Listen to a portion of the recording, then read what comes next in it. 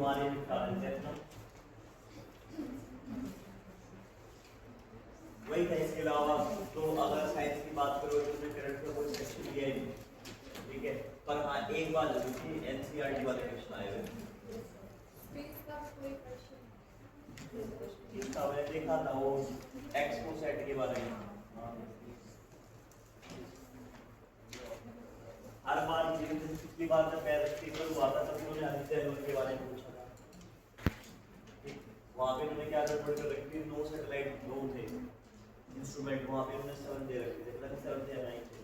यहाँ पे इन्होंने कौन करता है 2015 के बारे में दिया हुआ है, ठीक है। आई थिंक 2014 में, सॉरी 25 2024 में ऐसी गलती कौन निकालता है। इस हिसाब से पूरा एक मतलब पर्सनली ठीक है, अपना ऐसे तो कट ऑफ कम ज़्यादा हो गया, ऐसे लोग खाएंगे। चल पहला नहीं तो क्वेश्चन पे क्वेश्चन फिर बात करना है, कल लोग संभाल लेंगे। लेफ्ट को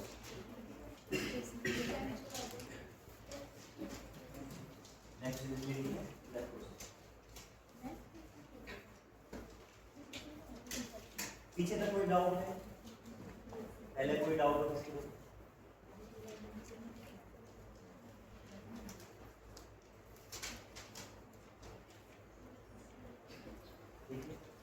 लेप्रोसिस क्या डिक्लेयर किया? It is also declared as notifiable disease. किसका पार्ट है? Notifiable disease. अब मुझे ये कौन बताएगा कि नोटिफाइबल डिजीज क्या होता है? नोटिफाइबल डिजीज कौन सी होती है? नोटिफाइबल डिजीज कौन से होते हैं? टॉपिक करा रखा है ना, कौन से होते हैं? सूरज कौन सी होती है? सूरज नोटिफाइबल डिजीज कौन सी होती है? जिसका एक मेन जो पहले से कोई बीमारी से बारिश के बाद वो बीमारी हो जाए तो इसी को पता है नहीं। निशा, भावना, वासु, प्रिया, अरे भाई नोटिफाइबल डिजीज का मैंने कंप्लीट बताया। नोटिफाइबल डिजीज कौन सी होती है? क्या हाँ बताओ, पता है? सर जो मतलब डिटेक्ट होते हैं गवर्नमेंट, हाँ इन्फॉर्म करना पड़ेगा। कुछ डिजीज है अगर आपके एरिया में एक भी केस मिला है, क्या है, सिंगल केस अगर डिटेक्ट हुआ है, ठीक है, तो आपको क्या करना पड़ेगा? आपको सीएमओ को देना पड़ेगा, चीफ मेडिकल ऑफिसर को देना पड़ेगा। और सीएमओ क्या करेगा? सीएमओ अपने डिस्ट्रिक्ट के डीएम को बोलेगा।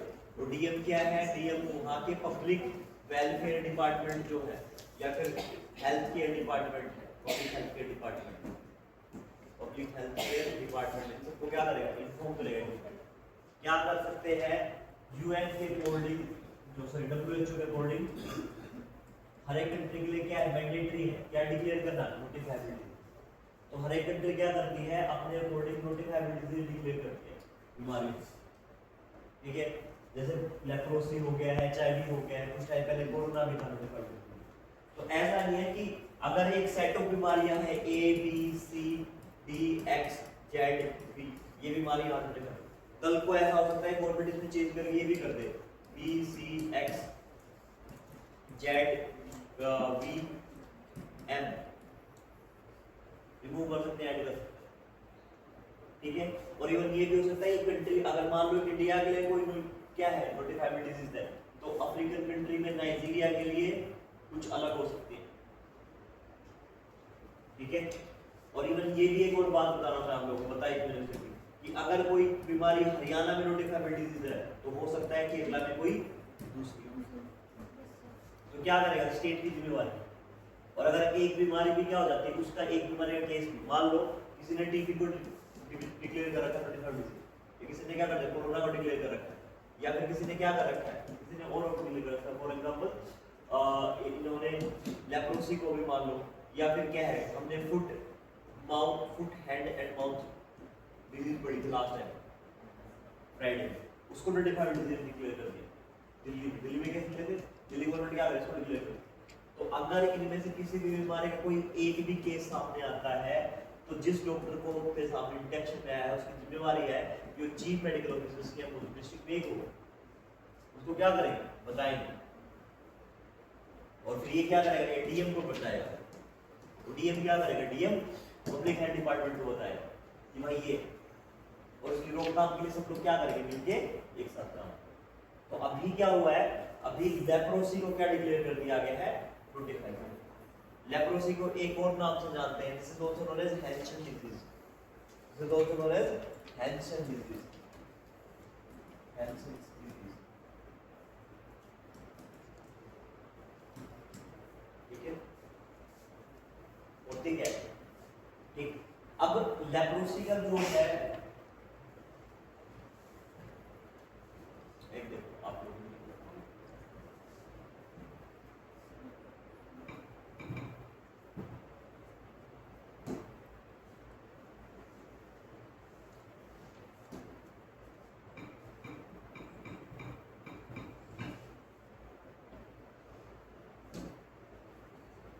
इस तरह के पूरे में हो जाए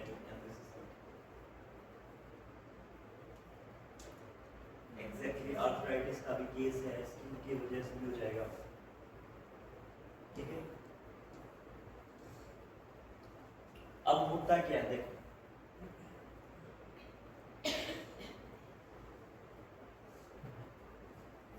एक तो इस बीमारी में जो सबसे बड़ी दिक्कत वो ये है,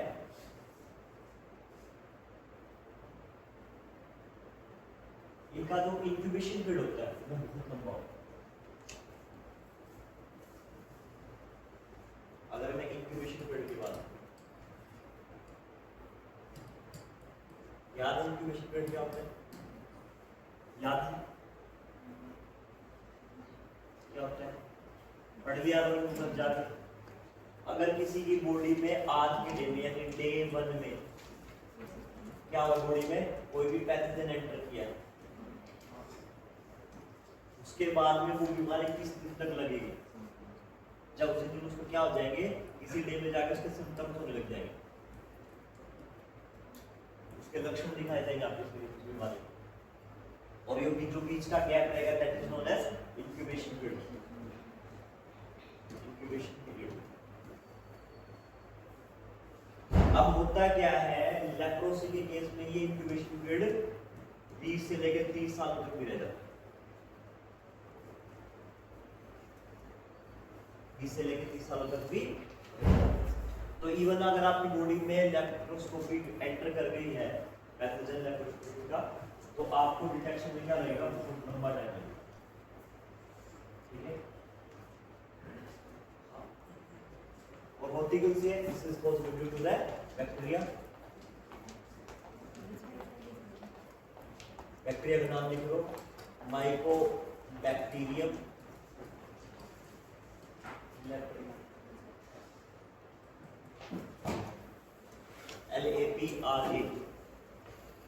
ठीक है, माइकोबैक्टीरियम।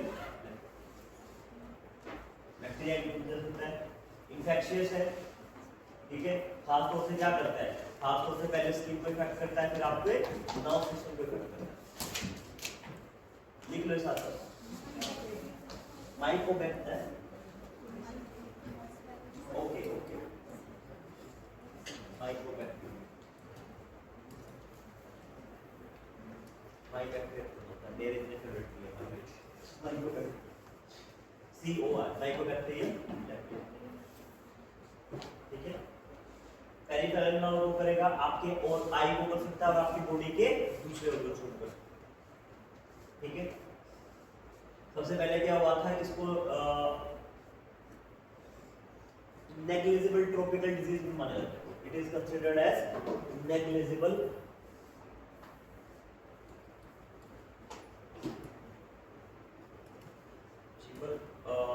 ट्रॉपिकल।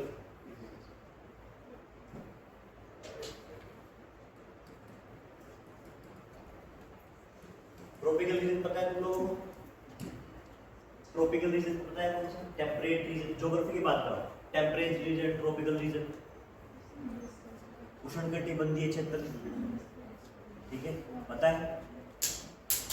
अगर मैं बात करता हूँ ट्रॉपिकल डिजीज की, तो ट्रॉपिकल डिजीज का मतलब सिंपल सा ऐसा है कि जो ट्रॉपिकल क्षेत्रों में, देखो अब एक बात बताओ, कोरोना को लेकर इतना हवा क्यों था भाई? भाई कोरोना को लेकर इतना हवा था क्यों? ऐसे तो कोई वो नहीं कि 20 साल पहले की बीमारी की बात की, सबने देखा है। स्टार्ट लोकेशन में लिखो। ओके, इसका इंजेक्ट वो नहीं है, अडप्टर इंजेक्टर नहीं। एक मिनट guys। ठीक है, देखो कोरोना के लिए इतना बड़ा इश्यू क्यों था? कोरोना से लोग इतना डर क्यों रहे थे? तुमने देखा ना, अपने सामने हुई ना बीमारी चीजें, तुमने कुछ महसूस किया? वो लोग कोरोना से इतना डर क्यों रहे थे? इससे पहले और भी बीमारी आई, टीबी भी आई है, HIV आई है, ऐसी बीमारी इलाज नहीं है, अल्जाइमर डिजीज है, बताएगा सब भूल जाओगे, ठीक है, बहुत सारी बीमारी है, पर इतना क्यों डर रहे थे कोरोना से? क्या है? जल्दी फैलता था और डेथ भी जल्दी हो रही थी, और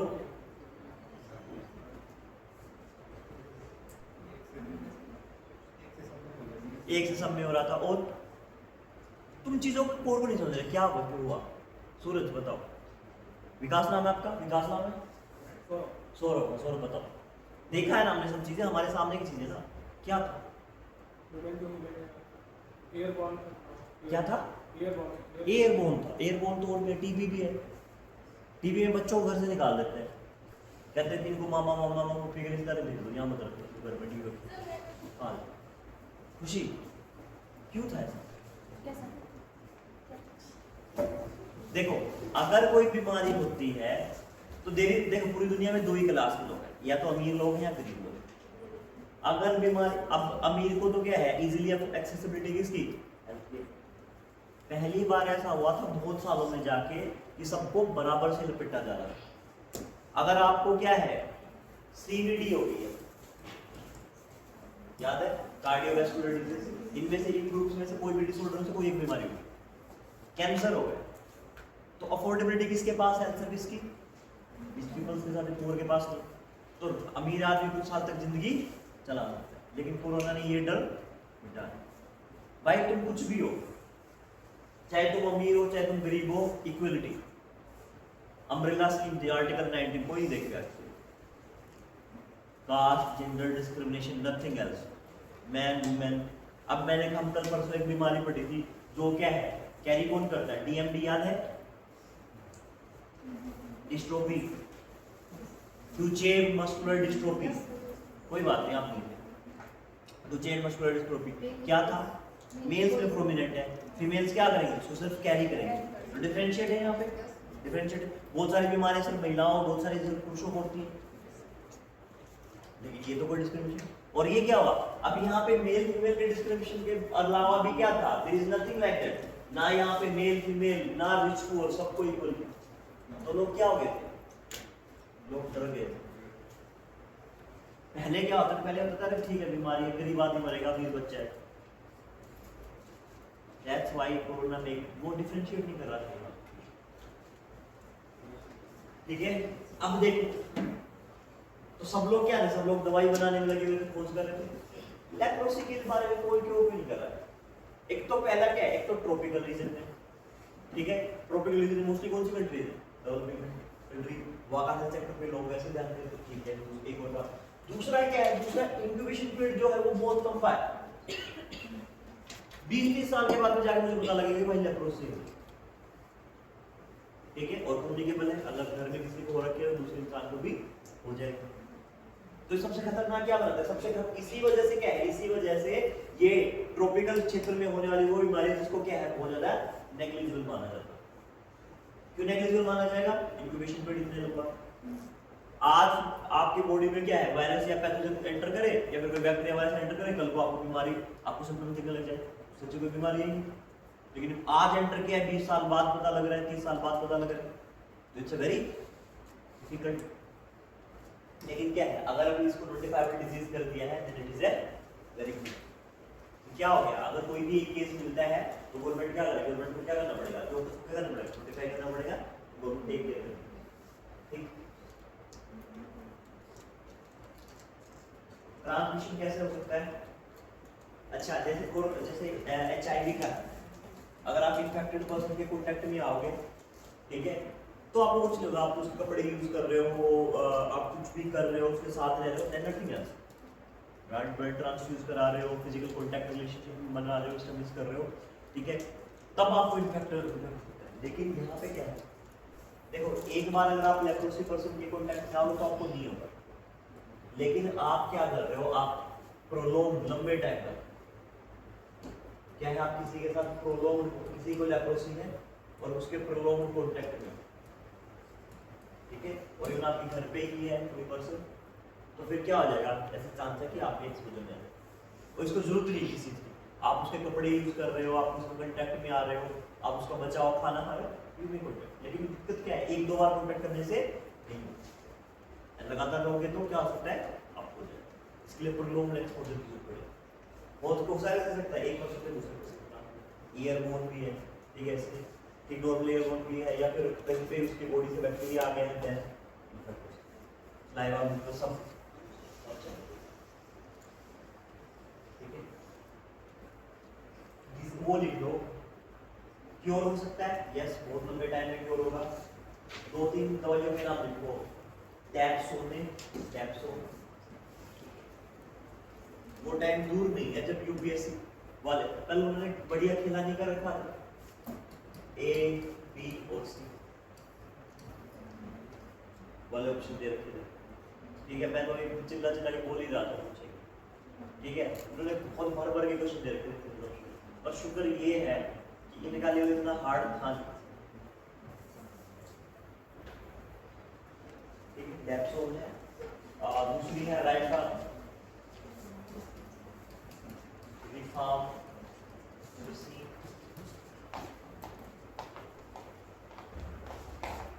क्लोफाजिमाइन,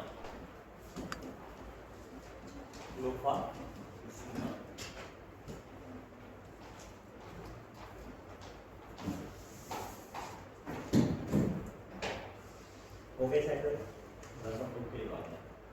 ये कुछ ड्रग्स है जिनका आप यूज कर सकते हैं, and this is treated with the multi drugs,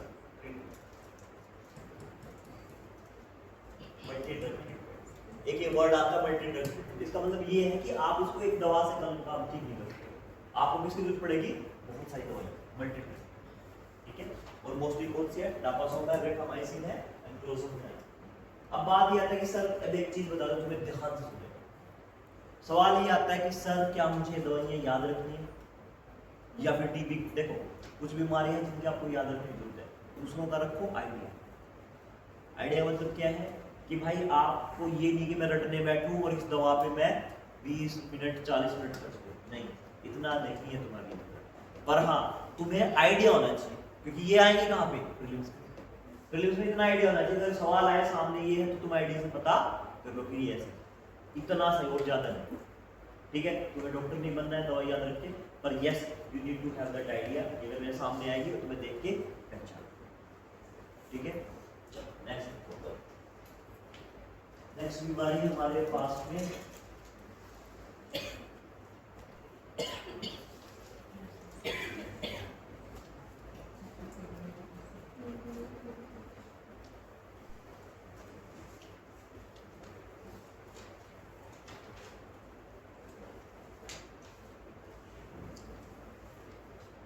melatonin, एक दवा है मेलाटोनिन,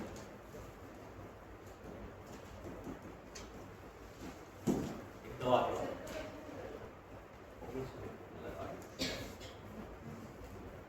येलो, ठीक है, व्हाइट एंड येलो, ठीक है, मेलाटोनिन व्हाइट के साथ मेलाटोनिन, ये देखो ये आपकी बॉडी में एक नेचुरल हार्मोन होता है,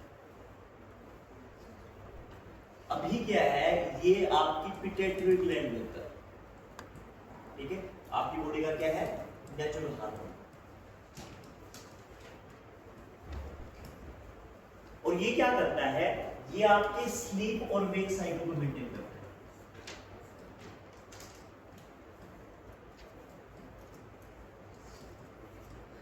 स्लीप एंड वेक, कि आप किस टाइम पे सोएंगे, कितना सोएंगे, टाइम से उठ पा रहे हैं, नहीं उठ पा रहे हैं, अगर आपको देखो बहुत सारे रीजन हो सकते हैं कि अगर सुबह उठने में आपको डिफिकल्टी हो रही है तो वन ऑफ द रीजन की क्या है, आपकी बॉडी में मेलेटोनिन का जो कंसंट्रेशन जो लेवल वो क्या हो गया है, डिसबैलेंस या फिर अबनॉर्मल हो। ठीक है, अब हो सकता है ऐसे कि तुम हमेशा ही उठते हो 9 बजे तक, ठीक है, और उठने के बाद तुम क्या कहो, मम्मी को बोलो कि नहीं मम्मी मैं सही टाइम पे उठ रहा हूं पर मैं गलत जगह कर रहा हूं, I need to go and do it. ठीक है, 2.5 घंटे का फर्क है, आराम से 6:30 बजे बस मैं गलत जगह पैदा हुआ। कितने लोगों ने कहा नहीं उसके नहीं यूज किया, टाइम से उठ जाते हो। चलो हुआ क्या है, क्यों न्यूज में ये बात सुनो। रिसेंटली क्या है, बहुत सारे डॉक्टर्स क्या कर रहे हैं, डॉक्टर्स प्रिस्क्राइब कर रहे हैं मेलेटोनिन को कंज्यूम करें। ठीक है, एक है मेलेटोनिन नाम से, अब ये तो हार्मोन है और इसी नाम से दवाइयां आती है, सप्लीमेंट्स आते हैं मेलेटोनिन।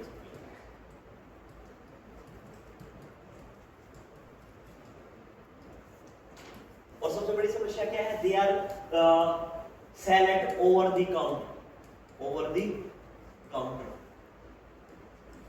सप्लीमेंट। देखो अब ओवर द काउंटर सप्लीमेंट कौन से होते हैं, ओवर द काउंटर सप्लीमेंट वो होते हैं कि आप मेडिकल स्टोर पे जाओ और जाके बोल दो कि मुझे दवाई दो, और फिर आपको होना क्या चाहिए था कि अगर आपकी बॉडी में क्या मेलेटोनिन या कुछ भी है तो आपको ये सब चीजें डॉक्टर के प्रिस्क्रिप्शन पे मिलनी चाहिए। अब हो सकता है कि आपके फूड की क्वालिटी उतनी अच्छी नहीं हो जितनी आपकी बॉडी की रिक्वायरमेंट है, और इस वजह से क्या है आपको नींद ज्यादा आती है। लेकिन आप क्या है, आपने सुना कि अरे भाई नींद सुबह जल्दी उठने के लिए क्या मेलेटोनिन सप्लीमेंट आ रहा है, आप वो कंज्यूम करो। तो कुछ टाइम के बाद में क्या होगा, कुछ टाइम के बाद में वही बॉडी बिल्डर्स वाला सिचुएशन हो जाएगा। क्या सिचुएशन हो जाएगा, आपकी बॉडी मेलेटोनिन को प्रोड्यूस करना ही बंद कर देगी। उसको क्या है, उसको ये लगेगा कि मुझे बाहर से सप्लीमेंट मिल रहा है, तो अगर मुझे बाहर से सप्लीमेंट मिल रहा है तो मुझे क्यों ही नहीं, तो क्या कंसर्न, क्या है कंसर्न। तो रेगुलेट करने के लिए गवर्नमेंट ध्यान। तो मेलेटोनिन क्या है, मेलेटोनिन एक हार्मोन है। कौन सा हार्मोन है, जो मेरी स्लीप एंड वेक साइकिल को क्या करता है, मेंटेन करता है। अगर डिसबैलेंस हो जाएगा तो मुझे रात में देर से नींद आएगी, सुबह मैं देर से। ठीक है, एक और चीज सुनो, मेलेटोनिन हार्मोन का और लाइट का कोई कंटेक्स्ट है? यस, क्या कंटेक्स्ट है, मतलब क्या है दोनों में?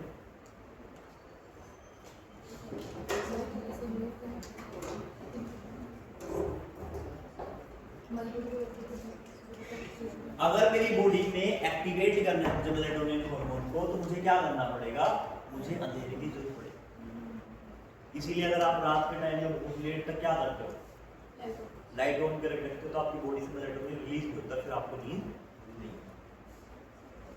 ठीक है, तो ये भी क्या है, अंधेरे के लिए बहुत जरूरी है। दूसरा क्या है, दूसरी एक और चीज है, अगर आप मॉर्निंग लाइट लेते हो, सनलाइट, मॉर्निंग सनलाइट, तो आप उसको क्या करते हो, आप उसको एक्टिवेट रखते हो।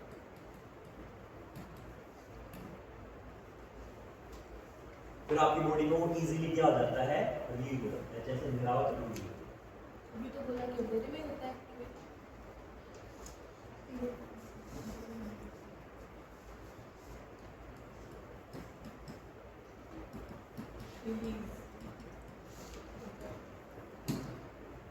ठीक है, ये करना है कि आप अंधेरा करोगे तब रिलीज होगा, और रिलीज होगा तो आपको नींद आएगी, लेकिन उसको एक्टिवेट भी तो रखना पड़ेगा कि वो सही टाइम पे रिलीज हो जाए। कुछ लोगों को देखा है ना कि क्या करेंगे, लाइट ऑफ करेंगे, बिस्तर पे जाएंगे, ओढ़ेंगे, 2 मिनट में सो जाएंगे। ठीक है, बहुत सारे लोग ऐसे स्ट्रगल कर रहे हैं, उधर लौट के फिर फोन चला लिया। ठीक है, फिर बाद में कंप्लेन कर रहे हैं कि सोफा वो गद्दा अच्छा नहीं, ये अच्छा नहीं, वो अच्छा नहीं। ठीक, और फिर पता नहीं लगता कब नींद आती है, फोन देख रहे हैं, मतलब 1:30 बज गया, फिर फोन रख दिया, अगले बार उठा के देखा 3 बज गए। तो क्या है, बॉडी से रिलीज नहीं होगा। ठीक है,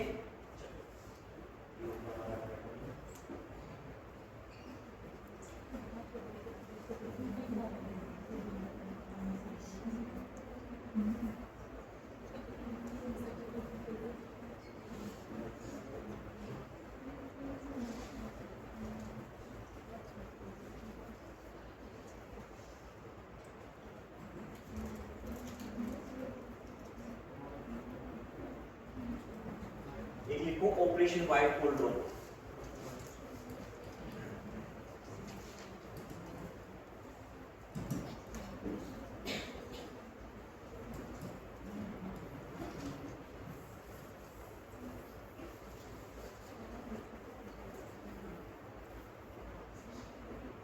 ड्रग्स एंड नार्कोटिक ब्यूरो ने क्या किया है, ऑपरेशन चलाया है, that operation is known as operation white cloud road. ठीक है, इसमें क्या है, इसमें एक दवा है, देखो एल्प्राजोल, एक टैबलेट है एल्प्राजोल,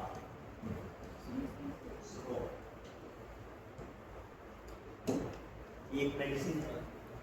ठीक है, रिसेंटली क्या हुआ है, रिसेंटली इसका मैन्युफैक्चरिंग के ऊपर है। अब ये है क्या, ये एक ड्रग है जिसको साइकोटिक नर्व सेंटर नर्व,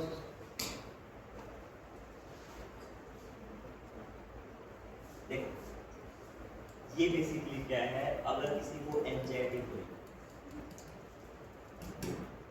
किसी को डिप्रेशन और या फिर किसी को मतलब वो है hallucinations टाइप,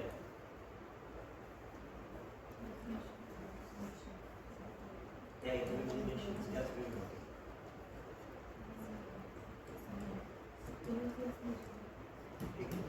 दौरे वगैरह पड़ रहे हैं, उस तरह कुछ है, सीजर्स में भी काम आते हैं।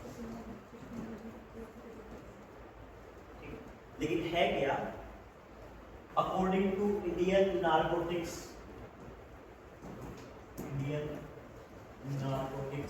एंड ड्रग्स एक्ट 1985, ठीक है, ये था। इसके अकॉर्डिंग इस दवा को क्या कर रखा है, रेस्ट्रिक्शन कर रखा है।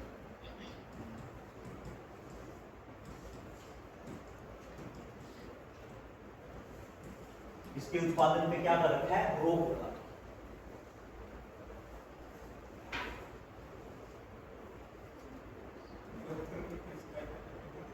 रोक इसलिए लगा रखी है, कुछ कंपनियां बनाई, हर कोई नहीं। अब देखो देखो ये दवाई डिप्रेशन में नहीं जाती, लेकिन इस दवाई के ill effect, not ill effect, इसको मिसयूज किया जाता है। मिसयूज कैसे किया जाता है, इसको एज अ पोटेंट ड्रग लिया जाता है। आप देखोगे बहुत साइड पे आप क्या करते हो, अगर आपके नॉलेज में कोई ड्राइवर है या ट्रक वाले हैं, किसी ने आपने न्यूज़ सुनी हो, ठीक है, या फिर ओला उबर कैब चलाने वाले हैं, तो क्या कहते हैं, वो कुछ दवाइयाँ बताते हैं, कहते हैं कि आप 2 दवाई खाओ, 2 टैबलेट लो और खाने के बाद में आप सीट पे बैठो, आपको पता नहीं लगेगा। अगर आपने सुना होता क्या है, देखो होता क्या है कि लॉन्ग ड्यूरेशन के बाद में आदमी को मतलब खाना खाया फिर से वही काम कर रहा है, सवारी पिकअप कर रहा है। अगर आप 10-12 घंटे लगातार एक ही काम करते हो और रूटीन में वही काम करते हो, तो आपके शरीर में मोए होने लग जाती है, कुछ एक्साइटमेंट बचेगी नहीं। अब ये तो अब लॉन्ग आवर के लिए ये लोग क्या करते हैं, ये लोग इस दवा का यूज करते हैं। अब इस दवा का यूज करते हैं, ये क्या करती है, ये आपकी बॉडी में हैप्पीनेस को जनरेट। अब बात हैप्पीनेस जनरेट करने की है,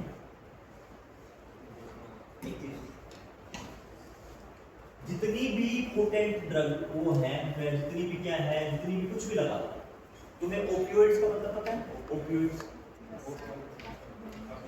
ओपियम अफीम सुनिए, चलो मैं तुम्हें फर्क बताएगा। मेरे पास एक चीज ध्यान रखो, मेरे पास क्या है, अगर मेरे पास ओपी प्लांट, आज ये ओपियोइड्स का रिवर्स साइड है, वो से आप डिपेंड कर सकते हैं। ओपियोइड्स की फोटो देखो पहले,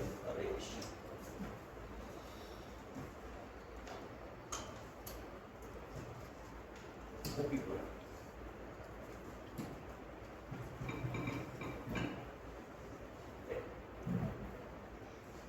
लोग तो वैसे बदनाम है एक दूसरे को फूल देने के लिए, मुझे दुनिया में इससे खूबसूरत फूल लगता नहीं। लोग कहते हैं लिली का अच्छा फूल होता है,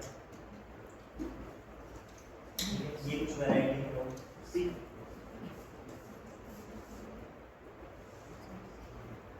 लेकिन अगर आप लोगों ने गलती से अपने घर के सी घर पे अगर आपने उगा दिया तो पुलिस आगे अरेस्ट कर लेते हैं। ठीक है, अब देखो this is the Poppy plant, Poppy plant, ठीक है, हिंदी में इसको बोलते हैं पोस्ट का पौधा। होता क्या है, फिर इसके बाद में इसके ऊपर बनेगा एक बर्ड, ठीक है, जिसको हिंदी में बोलते हैं डोडा, क्या बोलते हैं इसको, और और वो क्या है, ट्यूब के जैसे बनेगा, ट्यूब के जैसे गोल गोल बिल्कुल गड्ढा है। और ये लोग क्या करते हैं, इस गड्ढे पे चीरा लगाते हैं और चीरा लगाने के बाद में क्या है, उससे व्हाइट व्हाइट कलर का मिल्क निकलता है, ठीक है, dark yellow skin white colour का। और जब वो निकलता है देन व्हाट विल हैपन, उसको कोलेक्ट किया जाता है। और अगर आप उसको क्या करोगे, जब तक वो प्लांट से निकल रहा है तब तक वो व्हाइट कलर का है, और अगर आप उसको उस टाइम पे रख दोगे then will turn into black. और ब्लैक कलर का तुम लोगों ने वो खाई है गुलकंद, गुलकंद देखिए जो नहीं खाई पता लगा, बिल्कुल गुलकंद का जो च्यवनप्राश खाया उस जैसा कलर गुलकंद में नहीं है, च्यवनप्राश को देखते हैं। And that is known as opioid, या उसको बोलेंगे हिंदी में।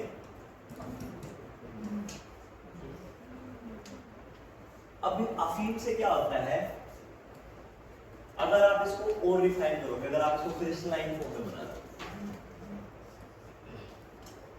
क्रिस्टल, अब प्रोसेस कौन सी होगी तुम्हें पता है। मेरे पास क्या है, मेरे पास शुगर की गन्ने का पौधा, मैंने गन्ने से क्या बनाया, गुड़, पता है ना मेरा, मैं सेम प्रोसेस से मेरा गुड़ बनेगा। अगर मैं गुड़ को और करूं क्या बनाऊं, चीनी, ठीक है, मेरे पास चीनी बन जाती है, शुगर बन जाती है। अगर मैं ओपियोइड को क्या करता हूं, क्रिस्टल में चीनी के जैसे बना लेता हूं, या फिर बिल्कुल बारीक पाउडर की फॉर्म बनाता है, इट इज हेरोइन, हेरोइन। और मैं क्या करूं, अगर मैं उसको वाटर की फॉर्म में बना लूं then it is known as morphine, पानी की फॉर्म में।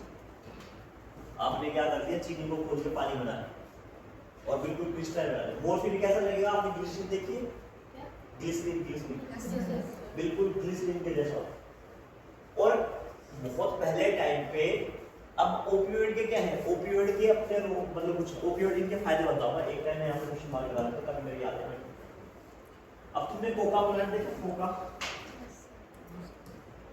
कोका प्लांट नहीं देखा तो मैं बता देता हूँ, किसका, कॉफी का पौधा,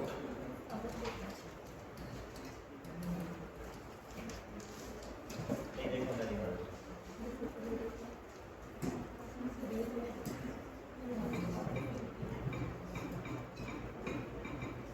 बस बात नहीं करती यार, ठीक है, ये तो बीज लग गए, बीज देखो ऐसा तो, ठीक है, अब इसको तोड़ोगे तो अंदर से आपका सब बीज, ठीक है, तो वहां पे ये फ्लावर रहा, ये रहा, ऐसा पौधा होता है, कॉफी अलग अलग। और इन बीज को क्या करेंगे, तो आप बीज को क्या करोगे, बीज को क्रश कर लोगे, ठीक है, जब बीज को कलर करोगे तो आपको क्या मिलेगा, कॉफी पाउडर। और लेकिन अगर आप कॉफी पाउडर को और ज्यादा फिल्टर करोगे तो आपको मिलती है ओके, ठीक है। तो कॉफी सोच समझ के पिया करो, क्योंकि अगर हमारे पास क्या, आप कुछ कॉफी पीते होगे, एक पाउच 2 रुपए वाला एक पाउच से काम चल जाता है पढ़ाई में, ठीक है, बता रहा हूँ, हमेशा हर चीज हमारे साथ जरूरी नहीं है, ठीक है, किसी और के साथ में, प्रीति के साथ में, ये देखो बताएंगे कि सब हुआ है, तो एक कॉफी पाउडर पी लो, आपको बहुत अच्छा लग रहा है, कल को फिर 2 डालोगे फिर अच्छा लगेगा, 4 5, एक दिन हालत ऐसी हो जाएगी कॉफी काम करना पूरे दिन किसकी पड़ेगी। अब देखो ये दोनों क्या है, प्लांट बेस्ड, कई क्या कोई एक्स्ट्रा सिंथेटिक बनाए आंतरिक, तो आपने क्या किया, आपने बस फिल्टर किया है, इम्प्योरिटीज हटाते गए, इम्प्योरिटीज हटाते गए, ऐसा ही, ठीक है। अच्छा तुम लोगों ने नमकीन वगैरह में गोलगप्पे सबने खाए होंगे, सूजी के गोलगप्पे इतने क्रिस्पी बनाने का सबसे बेहतर तरीका क्या है, आप उसमें मिट्टी मिला दो। अगर तुम खा रहे हो कहीं पे और वो बहुत हद से ज्यादा क्रिस्पी है, उसका सीधा एक मतलब ये है उसने मिट्टी मिला रखी है,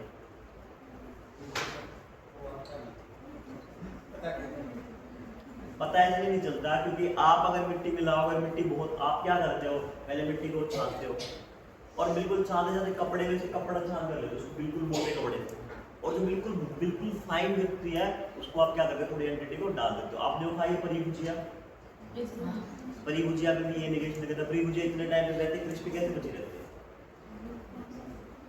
कुछ है अलग से नहीं, सीधा वो डालते मिट्टी, टेस्ट खराब हो जाए, कुछ हो जाए, लेकिन क्रिस्पीनेस बची रहेगी। तुम्हारे दांतों के नीचे आएगी, तुम्हें क्या लगेगा, अरे क्रिस्पी है। यहाँ पे बीकानेर जी वाले भुजिया जितना बड़ा ब्रांड है, 7 महीने में इसकी क्रिस्पी रह जाती है। व्हाट दे ऐड, तो उन्होंने कुछ आर्टिफिशियल मेथड यूज किया। लेकिन ये जो चीजें हैं मेरे पास, कहने का मतलब क्या है, दीज आर द। अब होता क्या है, ओपिएट की कंडीशन क्या है, ओपिएट क्या करता है, ये मेरे न्यूरॉन्स पे अटैक करता है। अब मेरा तो ब्रेन का है, ठीक है, ब्रेन का क्या है, सपोर्ट चीजों को मेंटेन करना, काम करना। अब ब्रेन में मेरे पास कुछ होते हैं ब्रेन बैरियर्स, और इनको बोलते हैं बैरियर ब्लॉकर्स। क्या बोलते हैं, बैरियर। इनका काम ये होता है, देखो अब मेरी बॉडी में क्या है, अब मेरी बॉडी में विटामिन्स हैं, विटामिन मुझे थोड़े कम मात्रा में होता है। अब मेरे पास हर एक हार्मोन है, जैसे मुझे क्या, मेरी बॉडी में ऑक्सीटोसिन है, मेरी बॉडी में टेस्टोस्टेरोन है, ठीक है, मेरी बॉडी में क्या है, सेरोटोनिन है, ठीक है, और मेरी बॉडी में बहुत सारे, ठीक है, और मेरी बॉडी में कोर्टिसोल हार्मोन है, ठीक है। कोर्टिसोल हार्मोन का क्या काम है, स्ट्रेस का। अगर आपकी बॉडी में कोर्टिसोल ज्यादा हो गया, मतलब आपको बहुत ज्यादा स्ट्रेस हो, तो इनका मेंटेन करना। तो इनका बैरियर ब्लॉकर्स का काम क्या होता है, बैरियर ब्लॉकर्स का काम ये होता है कि भाई मेरी बॉडी में हार्मोन को एक लिमिटेड मात्रा में क्या करना है, सीक्रेट करना है, और अगर ज्यादा मात्रा में हो गए तो क्या है, उसको लिमिट करना है, और कम है तो क्या है, सिचुएशन के अकॉर्डिंग को क्या करना है, रिलीज भी करना है।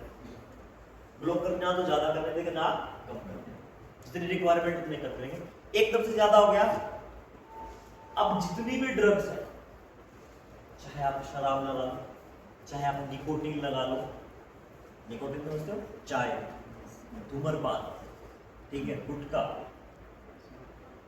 ठीक है, और इनसे बड़े लेवल पे आ जाओ, मॉर्फिन, ओपियोइड्स।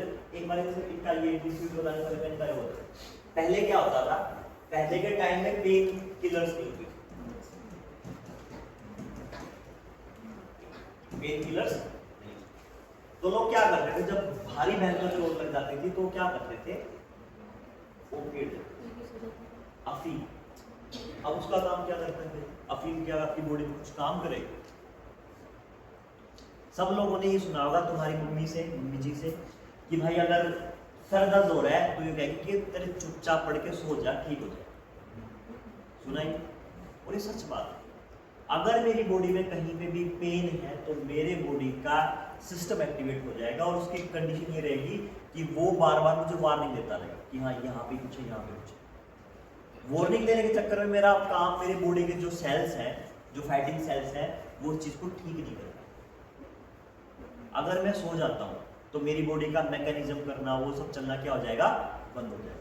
और रेस्ट के टाइम पे मेरी बॉडी को क्या है, मेरी बॉडी को सफिशिएंट टाइम मिल जाएगा, और मेरी सेल्स सफिशिएंट टाइम मिल जाएगा, वो क्या करेंगे, जिस एरिया में पेन है वहां पे जाके काम, ठीक है। अगर आपको पेन हो रहा है उसका रोक, अगर आप सो गए तो फिर पेन से रिलीव करने के लिए क्या है, आपकी बॉडी की इम्यूनिटी या फिर आपकी बॉडी की फाइटिंग सेल्स काम करें।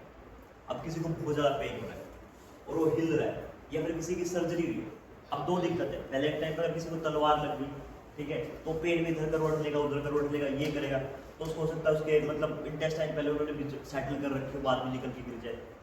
वहाँ पे कहाँ सूचर्स होते थे, कुछ तो मतलब होते थे बट नॉट दैट सफिशिएंट।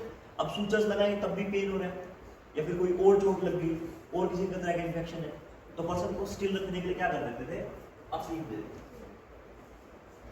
अफीम से क्या करेगा, उसके न्यूरॉन्स पे इफेक्ट पड़ेगा, और वो क्या साथ होकर बेहोशी की हालत में।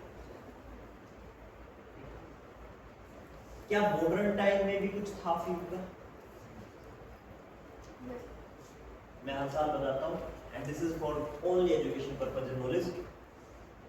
मार्केट में भोले के गोले नाम से कुछ आता है,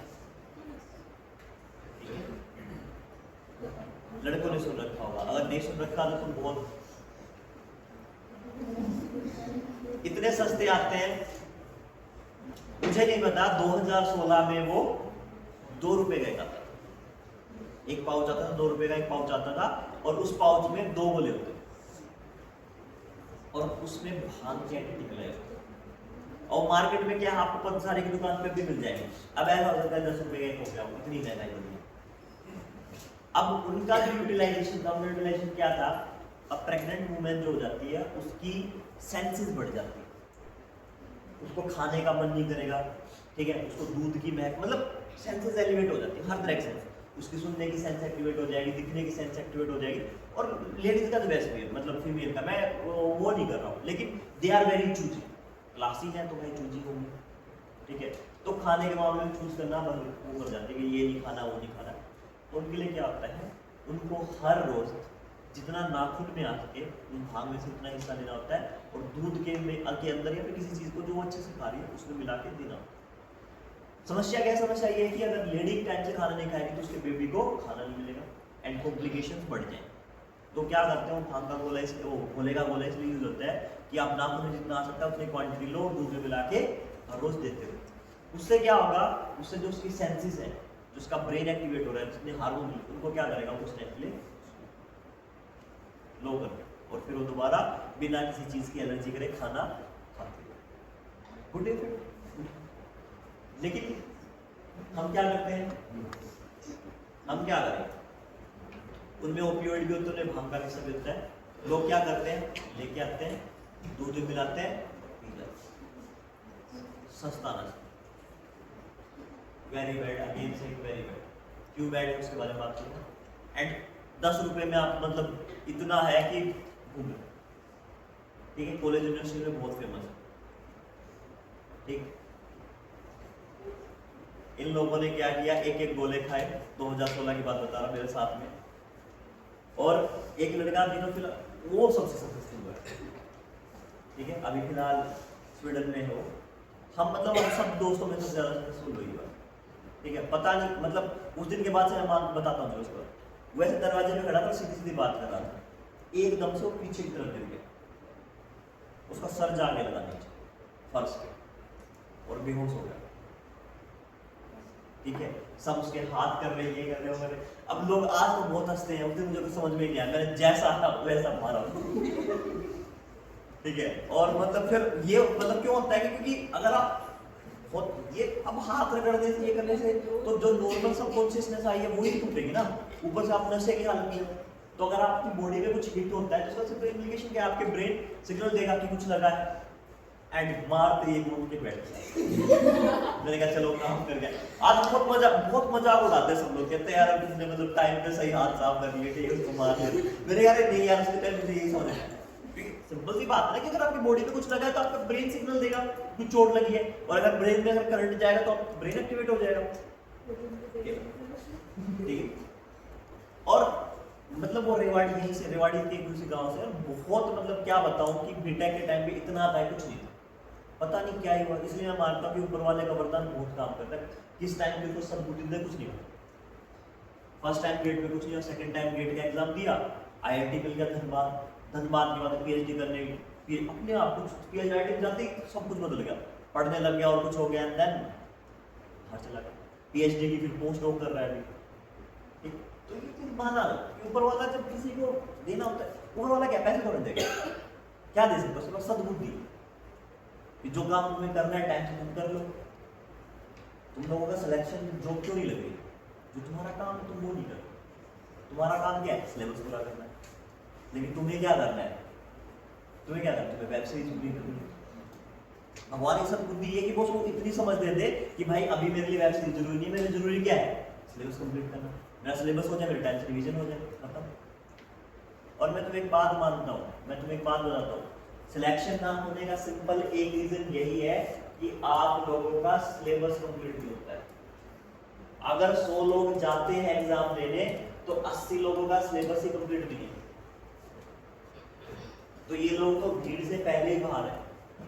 और मैं ये नहीं कह रहा हूं कि 100% सिलेबस हो, इनका भाई 40% भी नहीं होता है, 60-70% सिलेबस कवर अगर आपका हो रहा है यूपीएससी के मामले तो बहुत सही है, बाकी और एग्जाम्स के अलग कंडीशन नहीं होता है, ठीक है। और इसके बाद में 95% लोग ऐसे हैं, बाकी के जो बचे 95% ऐसे लोग हैं जिन्होंने कभी रिवीजन नहीं किया होता है।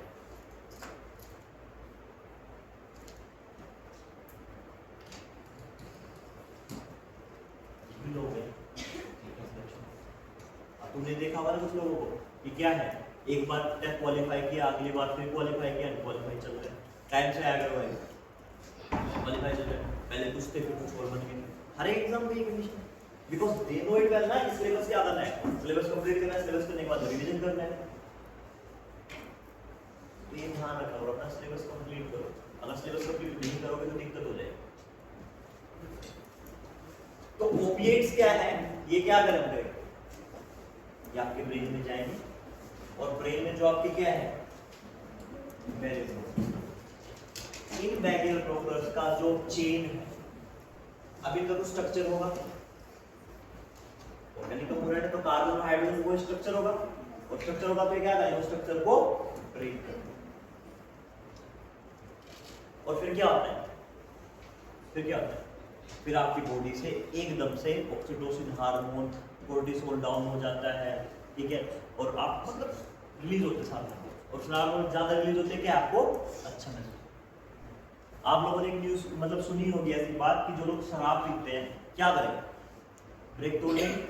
अगर इनका ब्रेक, अगर मेरे पास क्या, मान लो मेरे पास 100 ml की 100 ml तो बहुत है, 10 ml की क्वांटिटी कोई बॉडी में हार्मोन,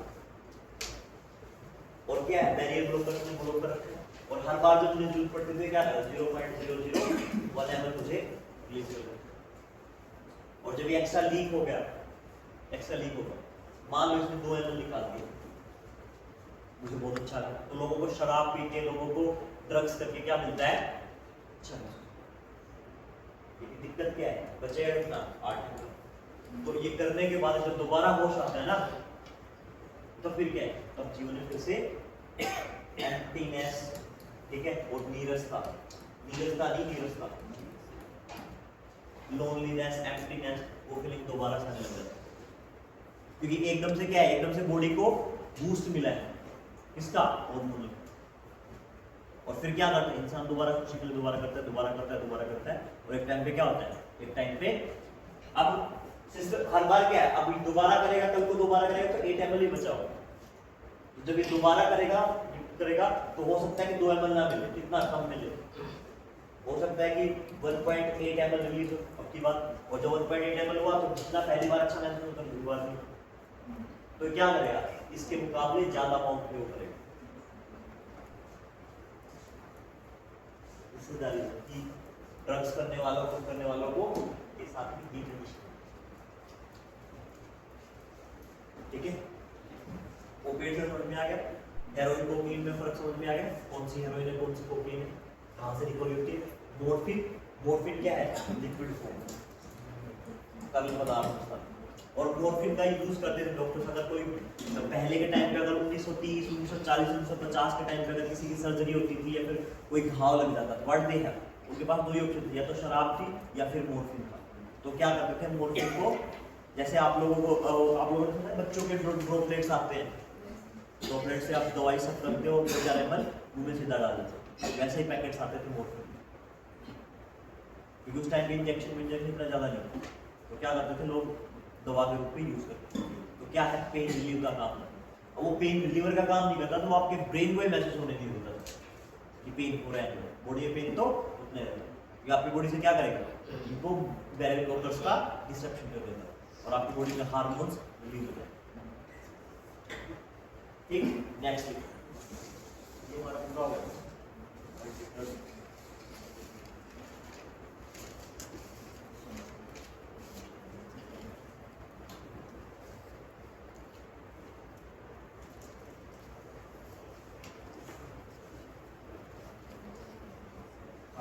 तो इस दवा के बारे में बता रहा था, तो इस दवा में क्या है, वो जो दवा थी, अब ये जो दवा है रेस्ट्रिक्शन है under the narcotics and drugs act 1985। तो ये अब ये पहली बात, ये कैसी है, सिंथेटिक।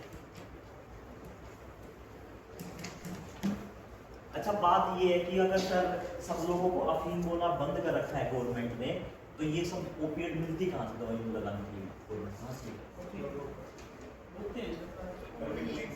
गवर्नमेंट ने कुछ स्पेशल खेत अलॉट कर, ठीक है, कहाँ पे, राजस्थान में, एमपी में, ठीक है, और बिहार के कुछ क्या? और वो क्या करते हैं, कल्टीवेट करते हैं, कल्टीवेट करने के बाद जितना उनका प्रोडक्शन होगा क्या करेंगे, गवर्नमेंट को देंगे। गवर्नमेंट का क्या टाई अप होता है किसके साथ में, फार्मास्यूटिकल कंपनीज के साथ में, और जिसकी जो डिमांड है वैसे ये क्या, ये सिंथेटिक है, सिंथेटिक होने की वजह से अब क्या है, जो ड्राइवर्स वगैरह है क्या कर रहे हैं इसको यूज कर। अब उनके साथ समस्या क्या है, उनके साथ समस्या सबसे बड़ी ये है कि ये आपकी बॉडी को पहले तो एक थकान नहीं होगी, आपको पता ही लगेगा, लेकिन एक्चुअली में तो आपकी बॉडी थक रही है, और जिस टाइम पे आपकी बॉडी कोलाइड होगी ना तो क्या होगा, आपके एक्सीडेंट्स होंगे, ठीक है। और अगर आपके एक्सीडेंट्स नहीं भी होते हैं तो आपको एंगर इशू हो जाएगा।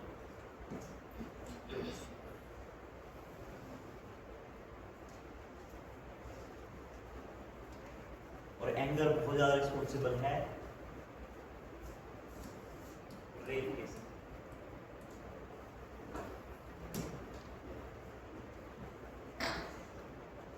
ठीक है, वायलेंस, अच्छा वायलेंस, हाँ कहीं बोलो वायलेंस बोलो, इंसान मौत को रोकती है, ठीक है। एक्सीडेंट हो गया तो आप मरोगे, साथ में रोक लेके मरोगे, और बॉडी पे इफेक्ट हो जाएंगे, ठीक है। आपको खाने की जरूरत रहेगी ना, कुछ वो रहेगी तो आपकी बॉडी वैसे टेम्परेरी होगी, ठीक है। तो गवर्नमेंट ने क्या कर दिया है, गवर्नमेंट सॉरी इसने ऑपरेशन व्हाइट क्लाउड में क्या है, जो जो यहाँ पे प्रोडक्शन हुआ था उन कंपनीज को बंद किया, जो इलीगल तरीके से क्या बना रहे थे, अल्फा ड्रोन बना रहे थे, ठीक है। मेलानिन हो गया है,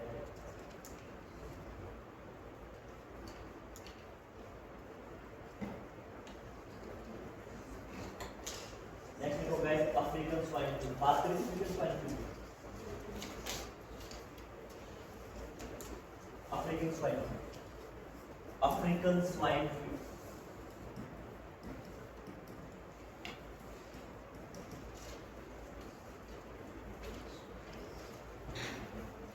SWIN, स्वाइन, स्वाइन फ्लू है मतलब किसमें होगा, सुअरों में होगा, पिग्स में होगा, ठीक है। स्वाइन फ्लू है पिग्स में होगा। रिसेंटली क्या है, असम गवर्नमेंट ने क्या है, असम गवर्नमेंट ने नोटिफाई वो कर दिया है, बताया कि वहां पे क्या स्वाइन फ्लू की वजह से बहुत सारे पिग्स पेट में आ गए, और कौन से वाला वेरिएंट है, अफ्रीकन स्वाइन। सबसे बड़ी दिक्कत क्या है कि अगर एक बार पिग्स इसके कंटेमिनेशन में आ गए, इससे इन्फेक्टेड हो गए, तो मोर्टेलिटी रेट क्या है, 100%, कि मरेंगे ही मरेंगे, फिर बचाओ, that makes it so much, ठीक है। और कैसे होगा, एक स्वाइन फ्लू से दूसरे स्वाइन, और एक स्वाइन से दूसरे स्वाइन के कांटेक्ट में आ जाएगा, उसके साथ रह रहे हैं तो दूसरे स्वाइन ने भी कुछ चारा खाया है तो उसकी स्लाइवा के थ्रू से एक साथ कंटेमिनेट हो सकता है, ठीक है। स्वेट्स वगैरह के थ्रू, अगर सेम फूड वगैरह चारा यूज कर रहे हैं, वहाँ पे किसी ने स्लाइवा लाभ छोड़ दिया है, सेम पोंड से पानी पी रहे हैं, ठीक है, तो पूरा जो आपका बाड़ा है वो क्या आ जाएगा। तो अब सॉल्यूशन क्या है, क्लोरीनेशन, सबको क्या करो एक साथ मार, जैसे किसके केस में होता है, बर्ड फ्लू के केस में, क्लोरीनेशन, उल्टीनेशन करते हैं, उल्टीनेशन, उल्टीनरी,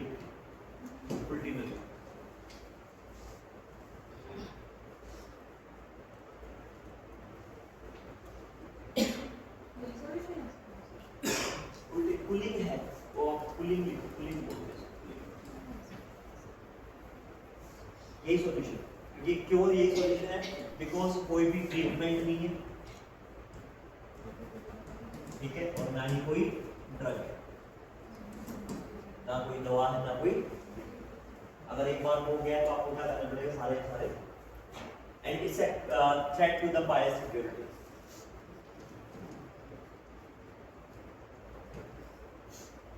इसके लिए बायो सिक्योरिटी के लिए बहुत बड़ी,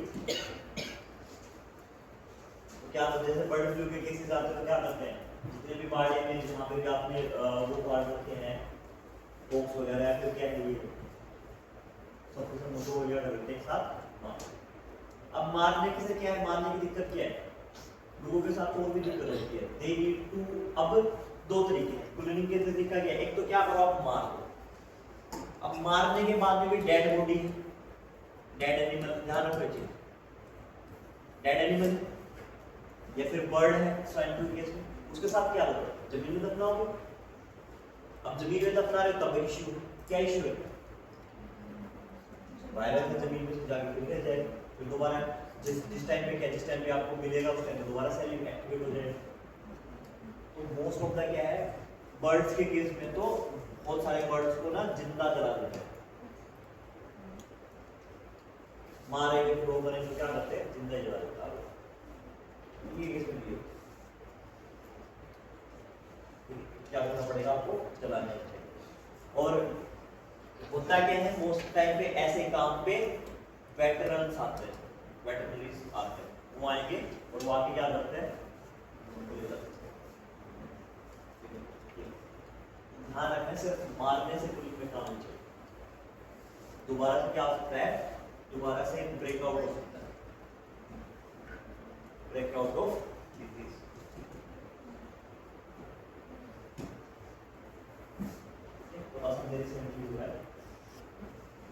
अब ये सवाल होता है कि क्या कोई ऐसा केस मिला है जिसमें इंसानों में आगे ट्रांसमिशन हुआ है, तो आंसर इज नो, अभी तक इंसान में ट्रांसमिशन का कोई भी केस नहीं है।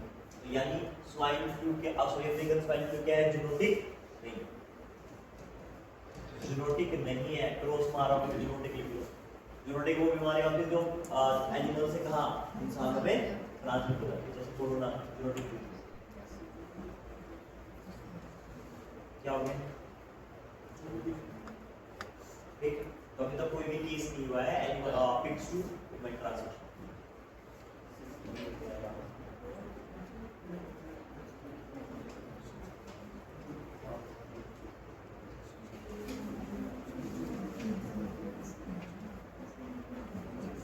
बस बात नहीं होती है।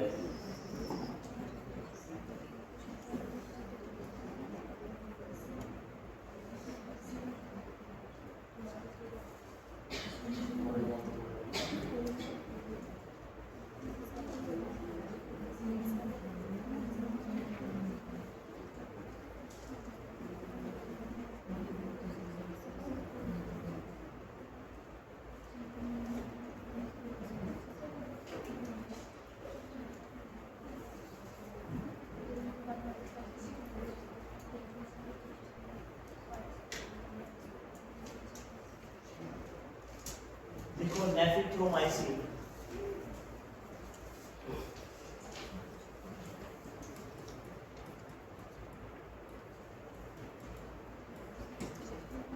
नेफिथ्रोमाइसिन, अब देखो, अब कोई वायरस है, उसको मारने के लिए क्या है, कौन सी बीमारी फैलाएगा, वायरल डिजीज। वायरस कौन सी बीमारी फैलाएगा, वायरल। बैक्टीरिया कौन सी डिजीज फैलाएगा, बैक्टीरियल डिजीज, ठीक है। मेरे पास फंजाई है, तो कौन सी फैलाएगा, फंगल डिजीज, ठीक है। मेरे पास क्या, मेरे पास प्रोटोजोआ है, प्रोटोजोआ नहीं होता, एल्गी है तो एल्गल डिजीज,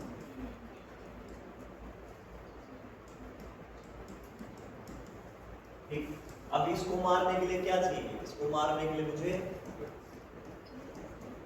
वायरल को मारने के लिए कैसी ड्रग चाहिए, एंटीवायरल ड्रग, ठीक है। बैक्टीरिया के लिए एंटीबैक्टीरियल ड्रग, फंगल के लिए एंटी फंगल, एल्गी के लिए एंटी एल्गल, ठीक है। क्या हो गया, समझ में आई ये बात समझ, ठीक है। एंटीबायोटिक्स भी यहाँ पे जो इसका कॉमन नेम है एंटीबैक्टीरियल का, दैट इज एंटीबायोटिक्स, एंटीबायोटिक्स। अच्छा एक चीज और बताओ मुझे, अगर मेरे पास ये है, क्या कहते हैं आप, अगर मेरे पास माइक्रो ऑर्गेनिज्म, जो मेरी कोई भी माइक्रो कोई भी माइक्रो, तो मेरे पास कौन सी डिजीज होगी? Microbial disease. कोई भी सूक्ष्मजीवी है कैसे होगी? Microbial disease. दवाई कौन सी होगी? Anti micro. क्या हो गया? क्लास के बाद बात कर लेना, ठीक है? और बहुत इंपॉर्टेंट है, मुझे बता दो, और अगर इतनी इंपॉर्टेंट है मुझे नहीं बता सकते तो नहीं, इसलिए कि चैट पे बात कर लो, पेज पे note on the board. Anti microbial, ठीक है? अब सुनो, AMR याद है? AMR, ADR, anti microbial resistance, वो बना के दिखाया था कि कैसे चलेगी। तो मेरे पास क्या है? मेरे पास अभी एक नई दवाई, दवा का क्या नाम है? नेफ्रिथ्रोमाइसिन। कोई भी क्या हो, कोई भी एंटी फंगल हो, कोई भी एंटी बैक्टीरियल हो,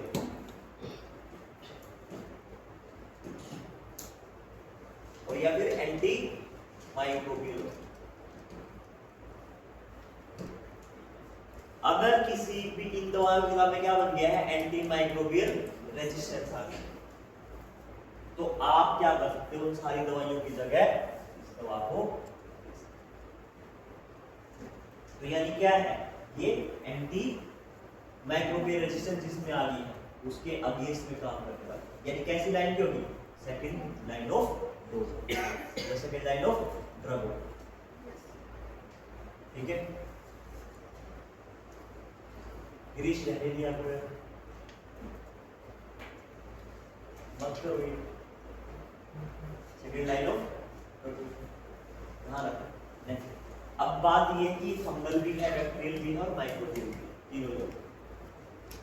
नेक्स्ट तो ठीक है, और किस नाम से आ रही है? बिकनाफ नाम से आ रही है। जैसे ये तो इसका सोल्ट हो गया, बिकनाफ,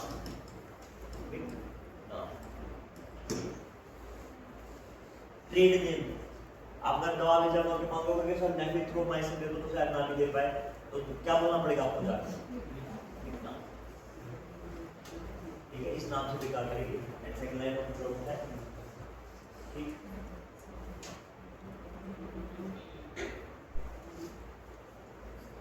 एक मैंने आपको अजिथ्रोमाइसिन बताया था, अजिथ्रोमाइसिन,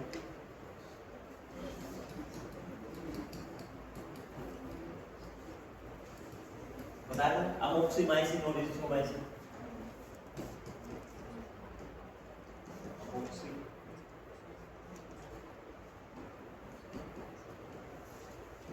ये मेरे क्या है? ये मेरे दो ड्रग है, टैबलेट, दो टैबलेट। अजिथ्रोमाइसिन मेरे क्यों लिया? अगर मेरे कुछ गले में कुछ खराश वगैरह हो, ठीक है, या फिर मुझे कफ वगैरह हो, उसके लिए। अगर मुझे फीवर वगैरह है या फ्लू है, फीवर है, तब मुझे अमोक्सिमाइसिन देते हैं, ठीक है। अब ये क्या है? ये जो अजिथ्रोमाइसिन है इससे 8 गुना ज्यादा क्या है? 8 times, not 8%, 8 times, 8 times more powerful, ज्यादा ताकतवर है। और मुझे कोई भी लंग डिजीज, लंग इन्फेक्शन से रिलेटेड कोई भी बीमार, कोई भी दवाई है, मेडिसिन है, उन सारी मेडिसिन से क्या है? 6 टाइम्स ज्यादा पावरफुल, ठीक है। जिसे खांसी नहीं ठीक हो रही, टीवी चेक करें, टीवी में जान लेते हैं, डॉक्टर फीस देते हैं, नाम से, ठीक है। समझ में आ गया? अजिथ्रोमाइसिन से क्या है? 8 टाइम्स ज्यादा है, और लंग्स इंफेक्शन से मौजूद आज तक जितनी भी दवाइयां हैं उन सबसे 6 गुना ज्यादा पोटेंट है, ज्यादा स्ट्रॉन्ग है, या फिर पोटेंट बोल, या तो स्ट्रॉन्ग वर्ड लिखो या फिर पोटेंट वर्ड लिखो। वैसे टेक्निकल टर्म में तो पोटेंट वर्ड यूज होता है, ठीक है।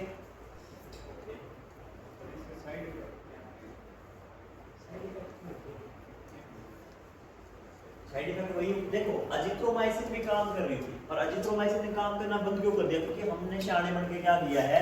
5 दिन की दवाई डॉक्टर ने लिख रखी थी, हमने 3 दिन के बाद में छोड़ दी। तो हमने क्या किया? हमने एंटीबायोटिक अब्यूज किया। अगर डॉक्टर डॉक्टर प्रिस्क्राइब करता है अगर आप कोई भी ऐसी दवा खा रहे हो जिसके ऊपर रेड कलर की स्टिक लगी हुई, पट्टी लगी हुई, तो वो दवा पूरी खानी है, चाहे आप ठीक हो गए हो या नहीं हो। और कुछ सी दवाइयाँ छोड़ दो, लेकिन वो दवाई पूरी खानी है, because these are the antibiotics. अगर नहीं खाते हो तो क्या है, आप शुरुआत करो।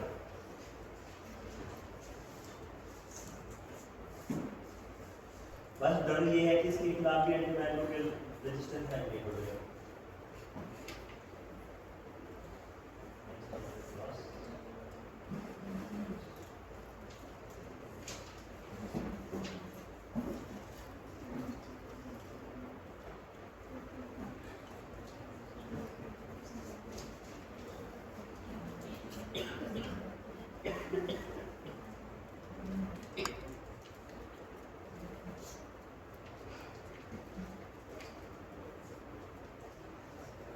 डायबिटीज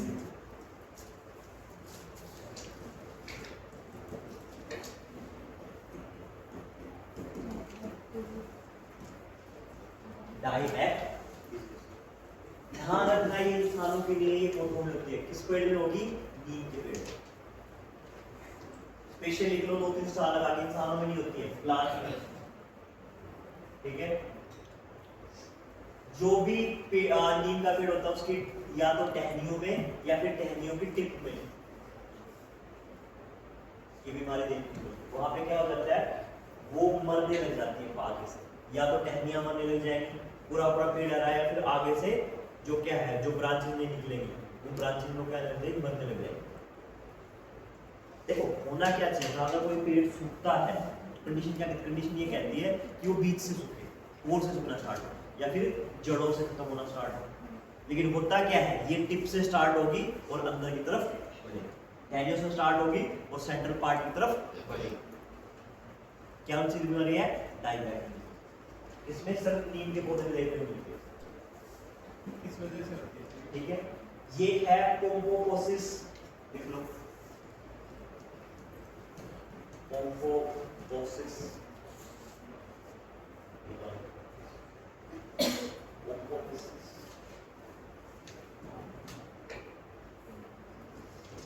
पोम्पोपोसिस, इसका नाम है अजार्दी।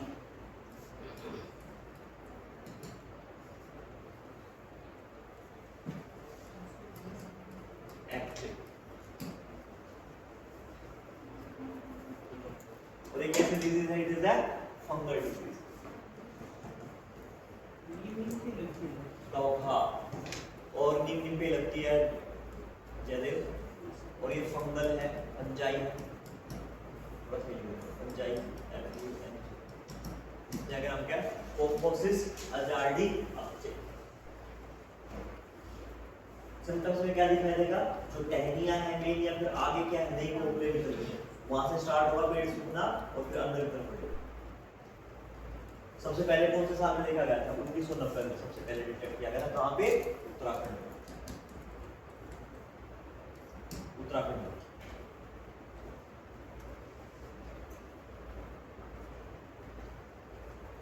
ठीक है, किस किस के थ्रू फैलती है? पानी के थ्रू फैल जाएगी, रूट्स के थ्रू फैल जाएगी, पानी के थ्रू। कैसे प्लांट में घुसेगी तो भी, ये तो होने के बाद का है। अब मुझे कह रहा है कि सर मुझे खांसी हो गई है, तो मैंने कुछ तो खाया हुआ है, फिर किसी दूसरे खांसी हो रखी तो उससे मुझे खांसी हो गई। अगर मैंने कुछ ऐसा खाया तो फूड के थ्रू आई है, ठीक है, या फिर अगर कोई मेरे पड़ोस में किसी को कफ हो रखा था तो उसके स्नीजिंग के ड्रॉपलेट्स या उसके खांसी के जो खांसी खाई तो वो क्या बैक्टीरिया या फिर मेरे पास वायरस जो भी मेरी बॉडी के अंदर गया। तो ऐसे बता रहा कि बॉडी में इसके नींद के अंदर एंटर कैसे करता है, पानी के थ्रू एंटर करेगा या फिर रूट के थ्रू एंटर करेगा, पानी के थ्रू या फिर रूट्स के थ्रू। ठीक, और अगर ये जो कंडीशन है प्लांट्स में, ये ह्यूमिड टाइम है, नमी का टाइम या फिर बारिश का टाइम, रेनी सीजन, ये प्रॉब्लम बहुत ज्यादा प्रोमिनेंट हो जाता है। समझ रहे हो? जैसे हमारे साथ में तो यही है ना कि जब सर्दियां आती है तो सब लोगों को खांसी होने लग जाती है, गर्मियों में कम होती है। ठीक है, तो कौन सी कंडीशन में? ह्यूमिड टाइम में और रेनी सीजन में आ रहे। यस, पौधे में ही क्यों होती है और कोई प्लांट बिकॉज ये इफेक्ट इसी को करता है। क्यों? वो चीज बैटरी इसके ऊपर जाएगी तो डिपेंड करता है। अब देखो ना, बात ये है कि मैं ये कहूँगी सर प्लास्टिक को सिर्फ दीमक से प्लास्टिक को दीमक से लकड़ी को ही खाते, प्लास्टिक को नहीं खाते। लेकिन सर रोहित को पता है वो तो एंटीबायोटिक है वो। क्या एंटीबायोटिक है ना? नीम एंटीबायोटिक हाँ बैक्टीरियल है तो सर उसको सारी यूज करते हैं मेडिसिन। एक बात सुन, मैं बाद में बताने वाला था, अभी सुन। मेरे पास वायरस है, अब तुम्हें एक समझ में आ जाए, मेरे पास बैक्टीरिया है, राखी और ये नहीं, बैक्टीरिया मेरे पास फंजाई, मेरे पास एल्गी और मेरे पास प्रोटोजोआ। ठीक है, हिंदी वालों मेरे पास विषाणु है, मेरे पास जीवाणु है, मेरे पास कवक है और मेरे पास शैवाल है और मेरे पास प्रोटोजोआ है।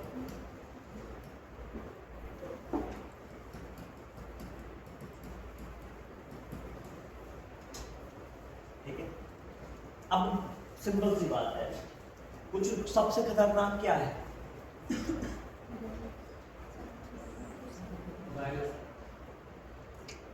वायरस के लिए हाथ रखो। सबसे पहले मेरे पास मैं वायरस लिखा, वायरस के लिए हाथ। तो लोगों को लगता है सर वायरस सबसे खतरनाक। ठीक है, किसी ने मुझे मोलबेचिया के बारे में नहीं बताया ना, मैंने कहा था मोलबेचिया के बारे में बात करना, चलो कोई बात नहीं, आ गया। दूसरा, किसी को लगता है बैक्टीरिया सबसे खतरनाक है, किसी को लगता है कि फंगी बहुत खतरनाक है, किसी को लगता है एल्गी, लगता है फंगी, लगता है फंगी, लगता है ओके, एल्गी, प्रोटोजोआ लगता है। देख मेन बीमारी बता देता हूँ, मेरे पास कोरोना है, एड्स है, बैक्टीरिया मेरे पास खतरनाक टीबी है, लेप्रोसी तो अभी भी बड़ा है। ठीक है, फंगल में fungal disease, skin problems, skin वगैरह हो गई। ठीक है, और मुझे बहुत सारी ये लगा लो यूटीआई वगैरह भी फंगल बैक्टीरिया वजह से। ठीक है, एलर्जी से मुझे कोई खास वो नहीं है बीमारी। प्रोटोजोआ से मेन बीमारी मलेरिया, जो प्रोमिनेंट बीमारी वही एलर्जी से होते हैं। ठीक,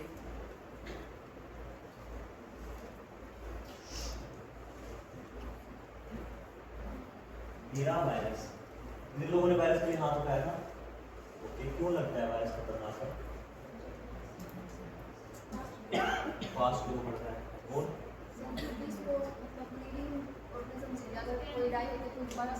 दोबारा एक्टिवेट किया, उसकी एंटीबॉडी नहीं बनती है। Okay, good option. और किसी को लगता है? प्रियांशु, नॉन लिविंग नहीं, नॉन लिविंग नहीं है, ऑर्गन स्टोर नॉन लिविंग है, नॉन लिविंग। शिवानी देखो, वायरस किसी को भी अपना होस्ट बना सकता है।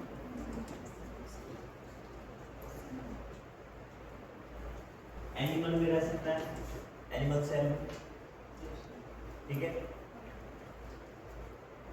ह्यूमन में रह सकता है, यहां से कूद के इंसानों में आ सकता है, पहले एनिमल्स का था और फिर जंप करके जूनोटिक फॉर्म में बैक्टीरिया को इन्फेक्ट कर सकता है, बैक्टीरिया के अंदर घुस जाएगा, बैक्टीरिया को अपना होस्ट बना लेगा। ठीक है, और एल्गी वगैरह को अपना बना सकता है। ठीक है, अगर आप देखोगे ना तो फंजाई और एल्गी की जो डिजीज है वो प्लांट्स में ज्यादा मिलेगी एज कंपेयर टू इंसानों। ठीक है, अब एक बैक्टीरिया, बैक्टीरिया में टेम्परेचर कोई फर्क नहीं पड़ता। आपको दुनिया के सबसे ठंडे इलाकों में बैक्टीरिया मिलेगा, दुनिया के सबसे गर्म इलाकों में बैक्टीरिया मिलेगा। वोल्केनो सुनी, वोल्केनो देखिए, ज्वालामुखियां, जहां पे कोई रह ही नहीं सकता वहां पे आपको बैक्टीरिया मिलेगा। टेम्परेचर ठीक, सबसे पहले बैक्टीरिया आया था, इंसान नहीं थे, डायनासोर नहीं थे, कुछ नहीं थे। सीक्वेंस तो पता होगा ना, कैसे चला था? सबसे पहले कौन है? प्लांट्स आए, एनिमल्स आए? सबसे पहले एनिमल आए, ठीक है। और प्लांट्स के मामलों में क्या है? एलिगी। सबसे पहला कौन सा था? सबसे पहली सेल जो आई लुका।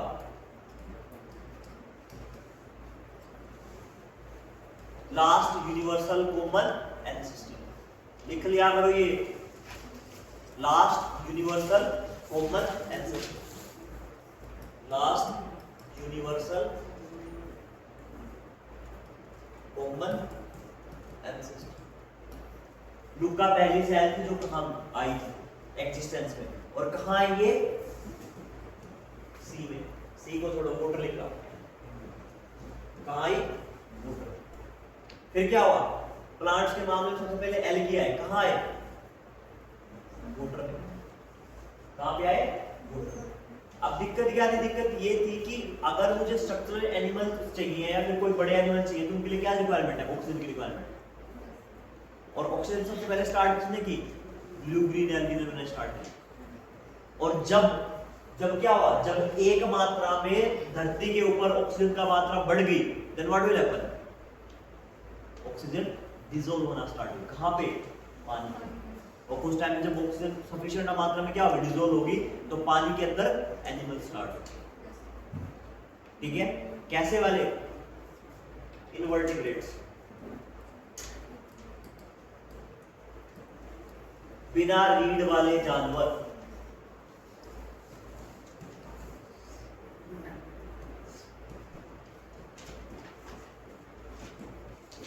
रीढ़ वाला,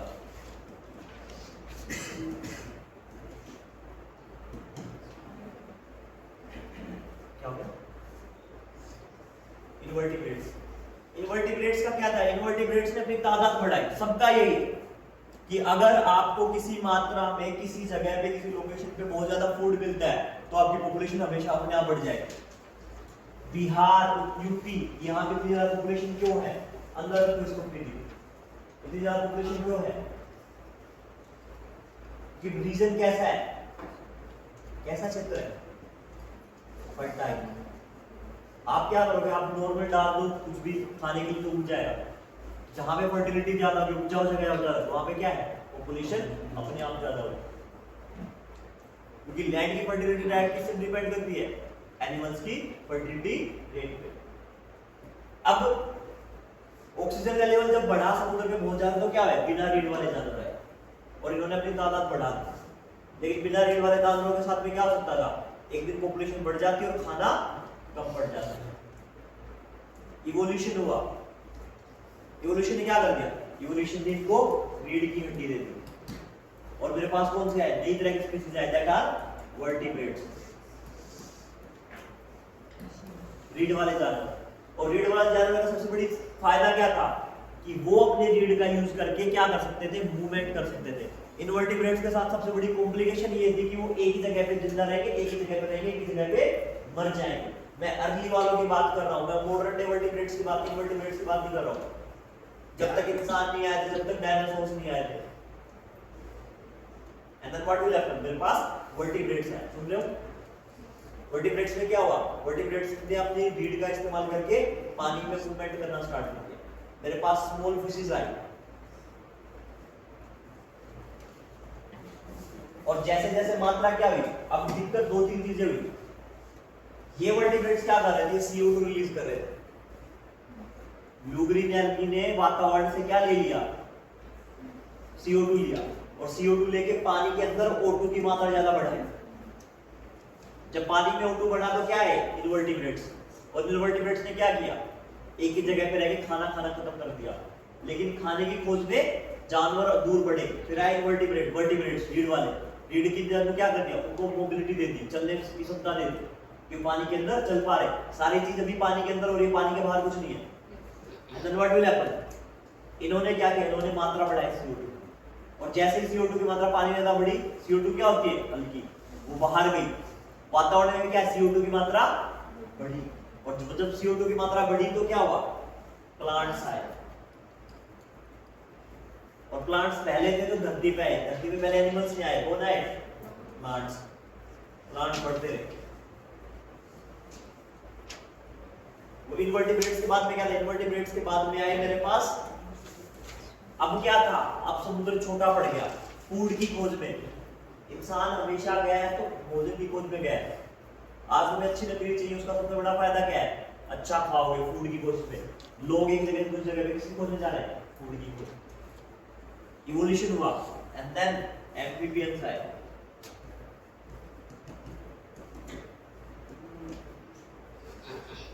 एम्फीबियंस आए, क्या बोलते हैं? उभयचर। Yes right, thank you. उभयचर। एम्फीबियंस पहले ऐसे थे जो पानी को छोड़ के धरती पे जा सकते थे, लेकिन दिक्कत क्या थी? दिक्कत ये थी कि एम्फीबियंस अपनी लाइफ का मोस्ट इंपोर्टेंट टाइम कहाँ गुजार रहे थे? पानी के लिए। अगर उनको अपनी लाइफ का सारे काम करने हैं जो उनकी लाइफ की एग्जिस्टेंस के लिए इंपॉर्टेंट है, तो उसकी जरूरत पड़ती है उन्हें पानी की। फॉर एग्जाम्पल, रिप्रोडक्शन के लिए पानी की जरूरत पड़ेगी, अपनी जीन्स को जनरेशन आगे बढ़ाने के लिए पानी की जरूरत पड़ेगी। लिख लिया करो, जनरेशन के लिए किसकी जरूरत पड़ेगी? पानी की। And then what will happen? पानी की लाइफ में एक नोटा क्राइटेरिया होता है। ऐसा हो सकता है कि वो धरती पर रहेंगे, फूड की खोज में धरती पे आएंगे कुछ टाइम के लिए, लेकिन at the end of the day उनको वापस किसकी जरूरत पड़ेगी? पानी की। And then what will happen? Evolution, फिर से evolution हुआ। And then मेरे पास आए reptiles,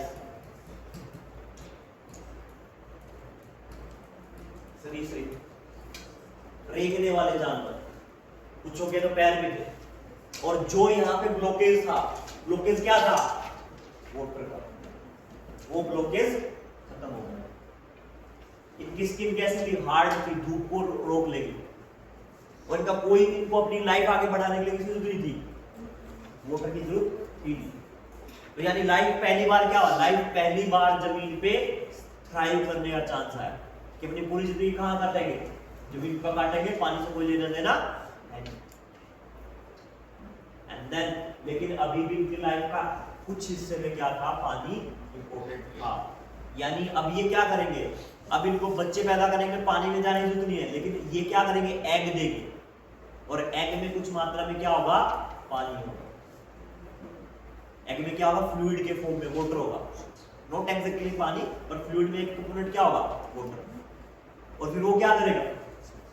अभी भी, लेकिन इनके साथ क्या? इनके साथ ये है कि इनके जो एग होंगे, एग के ऊपर क्या होगा? हार्ड सेल होगा, कठोर सेल होगा, जिसकी वजह से क्या है? जिसकी वजह से वो पानी जो इसके अंदर है वो ड्राई अप नहीं होगा। जब बच्चे पूरे बड़े हो जाएंगे तब क्या करेंगे? उस सेल को तोड़ के बाहर आ जाएंगे, एंड फिर एक चमत्कार हुआ, और सब चीजों से बाहर निकल के एक और इवोल्यूशन हुआ। और इवोल्यूशन होने में सबसे बाद में कौन आए? मैमल्स।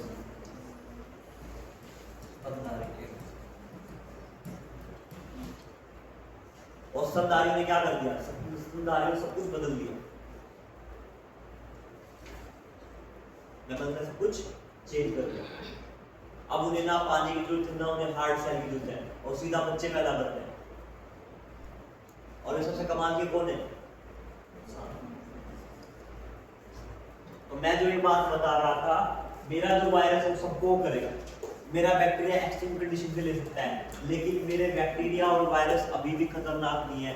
पूरी दुनिया में सबसे खतरनाक है फंजाई। पूरी दुनिया में सबसे खतरनाक कौन है? फंजाई।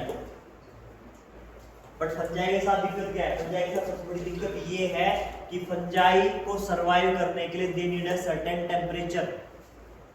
आपके वायरस और सब आपकी बॉडी में क्या करते हैं? अगर आपकी बॉडी में बैक्टीरिया घुसा है या फिर नॉर्मल फ्लू हुआ है, तो आपको बुखार आएगा, आपकी बॉडी का टेम्परेचर बढ़ेगा, और फिर क्या है? आपका फ्लू ठीक हो जाएगा। यानी most of the viruses and most of the bacteria temperature को नहीं झेल पाएंगे। फंजाई के इवोल्यूशन के लिए सबसे बड़ी प्रॉब्लम है कौन? टेम्परेचर। लेकिन ये भी खेल बन रहा है। किस लिए बन रहा है? Global warming. Average global temperature increase हो रहा है, और अगर एवरेज ग्लोबल टेम्परेचर 2.5 डिग्री और इंक्रीज होगा, 2.5 से 3 डिग्री, तो सबसे खतरनाक ना तो बैक्टीरिया बचेंगे ना वायरस बचेंगे, fungi will be the most harmful थी, क्योंकि उसको सर्वाइव करने के लिए किसी चीज की जरूरत नहीं है, बिकॉज अडेप्टेबिलिटी सबसे ज्यादा किसकी है, फंजाई की। और उसको अब तक लिमिटेशन क्या है, अब तक लिमिटेशन आरएनए डीएनए की है, कि कुछ ऐसे हैं जो सिर्फ डीएनए वालों को क्या करेंगे, इनफैक्ट में कुछ कैसे हैं जो सिर्फ आरएनए वालों को करेंगे, पढ़ा आरएनए डीएनए बोला तो होमवर्क में, and then what will happen, लेकिन फंजाई डिफरेंशिएट नहीं करेगा, and fungi will be the most useful, क्योंकि वो इंसानों में इन्फेक्ट कर सकते हैं, उनको भी इन्फेक्ट कर सकते हैं। अभी हुआ क्या, ये फंजाई जो है पोम्पोसा आर्के, तो जो आर्ची लेप्टे जो भी है, उसका दिक्कत क्या है, वो ऐसे नहीं करता है, दूसरा ही ऐसे इन्फेक्ट नहीं करता है। रेनी सीजन में क्या हो जाता है, उमिड होती है, गर्म टेम्परेचर भी ज़्यादा होगा, नमी भी ज़्यादा रहती है, उसी टाइम पे वो एक्टिवेट होता है, और उनके लिए सस्टेबिलिटी क्या है, वो प्लांट लीव प्लांट, हो सकता है कल को चल के इवोल्यूशन आ जाए, कल को चल के दूसरों को इन्फेक्ट करने लग जाए। इतने सालों तक एक वायरस आराम से घूम रहा था कम ज्यादा में, दो virus, one is Nipah virus, दूसरा इज कोरोना वायरस, SARS-CoV-2, कोई दिक्कत नहीं, लेकिन क्या हुआ, जंप करते हैं, जब एक एनिमल टू दूसरे में जूनोटिक्स में जब पार्ट बनते हैं तो कोई ना कोई सर्टेन कंडीशन चाहिए, और सर्टेन कंडीशंस में इन्वायरमेंट, इकोलॉजिकल डिसरप्शन और दूसरा टेम्परेचर सबसे बड़ा रोल प्ले करता है। तो और एक और चीज बोल भी यानी 2 मिनट की और बात है, मेरे पास क्या है, मेरे पास मॉस्किटो है, अब मॉस्किटो की लाइफ बहुत कम है, मैं क्या कर गया हूं, मैं परेशान हो गया हूं, किसके लिए, cold good night roll out बनाता, और ये क्या करते हैं, मलेरिया स्प्रेड करते हैं, बाकी सब बीमारियां स्प्रेड करते हैं।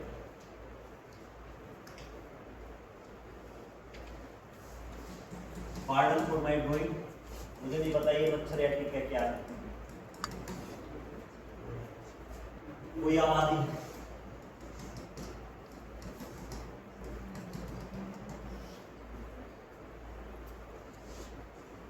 अब सुनो, अगर मुझे किसी की आबादी को खत्म करना है तो मेरे लिए सबसे बढ़िया बात क्या है, मैं सारी फीमेल खत्म कर दूं, मैं उस पॉपुलेशन की सारी फीमेल खत्म कर दूं, हर जगह यही होगा भाई। टू से दैट लव जिहाद का जो कांसेप्ट चल रहा है उसमें महिलाएं क्यों पकड़ी जा रही है, पुरुष क्यों नहीं, जो सुना है कि लव जिहाद में किसी लड़के का धर्म कन्वर्ट कर दिया हो, वाई महिलाएं, बिकॉज वो जनरेशन आगे बढ़ाएंगे। अब हाँ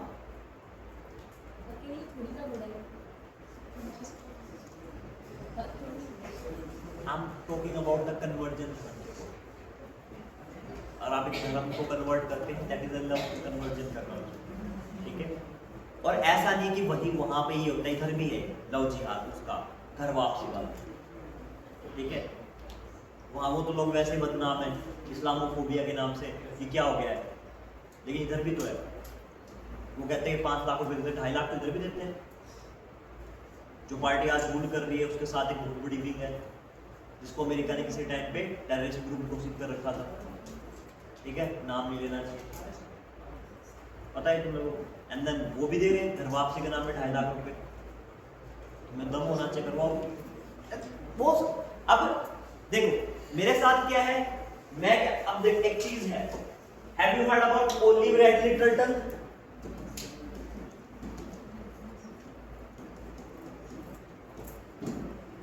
ओलिव रेडली टर्टल नाम सुना है? उड़ीसा की कोस्ट पे आते हैं हर साल ओलिव रेडली टर्टल, और बहुत सारी मात्रा में अंडे देते हैं और फिर वापस जाते हैं, और हर साल फेस्ट लगता है। बस आते जब अंडे से बच्चे निकल के जाते हैं तो 7-8 दिन के लिए लोग देखने आते हैं, वेरी सिनेमैटिक सीन। और इवन वहां पे जाने के जब अंडे देने आते हैं तो गवर्नमेंट खुद प्रोटेक्ट करती है। गवर्नमेंट क्या प्रोटेक्ट करती है कि वहां पे कोई डॉग नहीं जाएगा, इंसान नहीं जाएगा, ताकि वो बचे रहे। तो ओलिव रेड लिक्विड,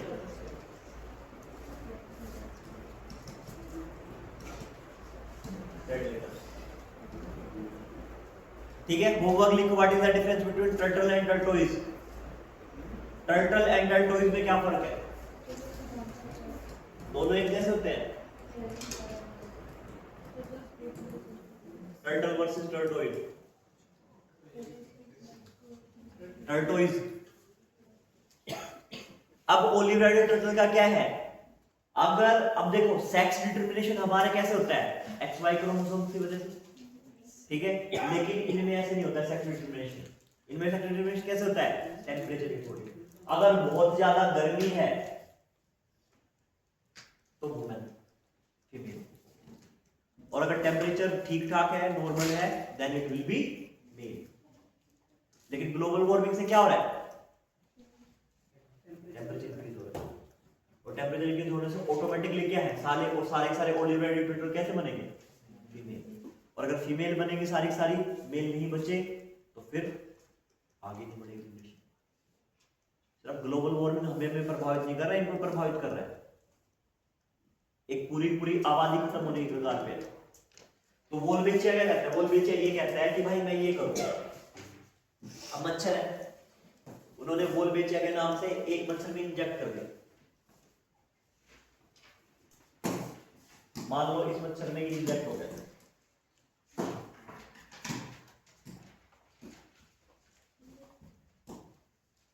ठीक है, और इस मच्छर को छोड़ दिया। आगे चल के रिप्रोडक्शन होगा, इस मच्छर के कुछ बच्चे आएंगे और उनके अंदर भी क्या है, ये वोल्वेचिया होगा। कुछ में हो सकता है वोल्वेचिया, कुछ में ना हो। बहुत सारे होंगे, लाखों करोड़ों की मात्रा में होते हैं। और एक दिन क्या करेगा? एक दिन सारों के अंदर वोल्वेचिया। अब वो क्या करता है? वो बैक्टीरिया ये काम करेगा कि प्रोटोजोआ ही ना बने। जो प्रोटोजोआ है ना, प्रोटोजोआ, फाल्सीवरम और विवैक्स, कहाँ है दीपिका? क्लियर हो गया था? फाल्सीवरम और विवैक्स, उनको इन्फ्यूज ही नहीं होने देगा। उनके लिए एज ए रिजर्वायर का काम नहीं करेगा। अगर वो कैरी नहीं करेंगे, फिर दूसरे में ट्रांसमिट नहीं करेंगे, then how can it possible? तुम लोगों ने साउथ की मूवी आई थी बहुत टाइम पे, कोरोना के टाइम पे दोबारा से मूवी रिसर्फेस हुई थी। उस मूवी में ये दिखा रखा था कि एक इंडिया में बहुत बड़ा इंडस्ट्रियलिस्ट होता है। अब देखो टिड्डे अटैक है, लोकस्ट अटैक, टिड्डों का अटैक, ठीक है। टिड्डों के अटैक से क्या हो सकता है? टिड्डे सारी फसल खत्म कर दें, और लगातार 2-3 सालों तक टिड्डे के अटैक होते रहे तो सारी फसल खत्म हो जाएगी और हमारे पास खाने के लिए कुछ। लेकिन टिड्डे क्या करते हैं? रिप्रोड्यूस भी करेंगे, रिप्रोड्यूस करेंगे और बढ़ाएंगे। लेकिन आप क्या करो? आप जेनेटिकली इंजीनियर्ड करके सिर्फ फीमेल मेल टिड्डे रखो, और आप क्या करो? मेल टिड्डों को दूसरी कंट्री में छोड़ दो। मेल टिड्डे उड़ेंगे, खाएंगे, फसल तहस नहस करेंगे, और कुछ टाइम के बाद में मर जाएंगे। 5-6 दिन के बाद रिप्रोडक्शन कर ही नहीं पाएंगे। तो क्या insects as a weapon use हो सकते हैं, हथियार के रूप में? Yes sir. और यही उस मूवी में दिखा रखा है। हाँ, सूर्या की कोई मूवी है, सूर्या जो वहां पे की मूवी है, उसमें भी ये दिखा रखा है। तो इन्होंने क्या किया? इन्होंने कहा कि हम 2 काम कर सकते हैं। वोल्वेचिया क्या करता है? वो तो बाइंड अप नहीं कर सकता। हम ये भी कर सकते हैं कि सिर्फ मच्छर में क्या हो, मच्छर में जीन एडिटिंग करें और उसका जीन ऐसे बना दे कि सिर्फ मेल प्रोमिनेंट हो, आगे सिर्फ मेल मेल पैदा हो, सिर्फ फीमेल फीमेल पैदा हो। वोल्वेचिया का काम करता है। वोल्वेचिया सिंपल ये बात करता है कि आप ऐसे करके किसी प्रोटोजोआ के साथ में मिक्सअप नहीं करेंगे, या फिर विवैक्स या फाल्सीवरम के साथ में एक्ट नहीं करेंगे। अगर वो एक्ट नहीं करेंगे then what will happen? What will happen? बीमारी ट्रांसमिट होगी, मलेरिया होगा। ये मलेरिया के लिए दवा देते देते आप रह गए हो, आप हर बार एंटी माइक्रोबियल रेजिस्टेंस बढ़ रही है। तो क्या है, आप जो कोर हेल्थ हो मॉस्किटो में, क्योंकि मॉस्किटो मेरे लिए बेनिफिशियल नहीं है। मॉस्किटो मेरी कौन सी इक्वेशन में बेनिफिशियल? किसी में नहीं है। मैं किसी टाइम अगर चूहों को मार दूंगा तो बिल्ली ज्यादा हो जाएगी, ठीक है। अगर मैं घास को खत्म कर दूंगा तो मेरे जानवर खत्म हो जाएंगे। तो मेरा इकोलॉजिकल मतलब बैलेंस क्या है? प्रभावित हो रहा है। अगर मैं मधुमक्खियों को मारता हूँ तो भी दिक्कत है मुझे, लेकिन मॉस्किटो का ऐसे फूड चेन में कोई खास रोल नहीं। तो अगर वो एलिमिनेट हो जाता है तो मुझे कोई फर्क नहीं पड़ेगा। लेकिन अगर मैं दूसरी चीजों के एलिमिनेशन की बात करूंगा, ओलिव इंटरप्रेटी मेरा बहुत बड़ा रोल प्ले करता है। ठीक है, क्या है, एक मिनट।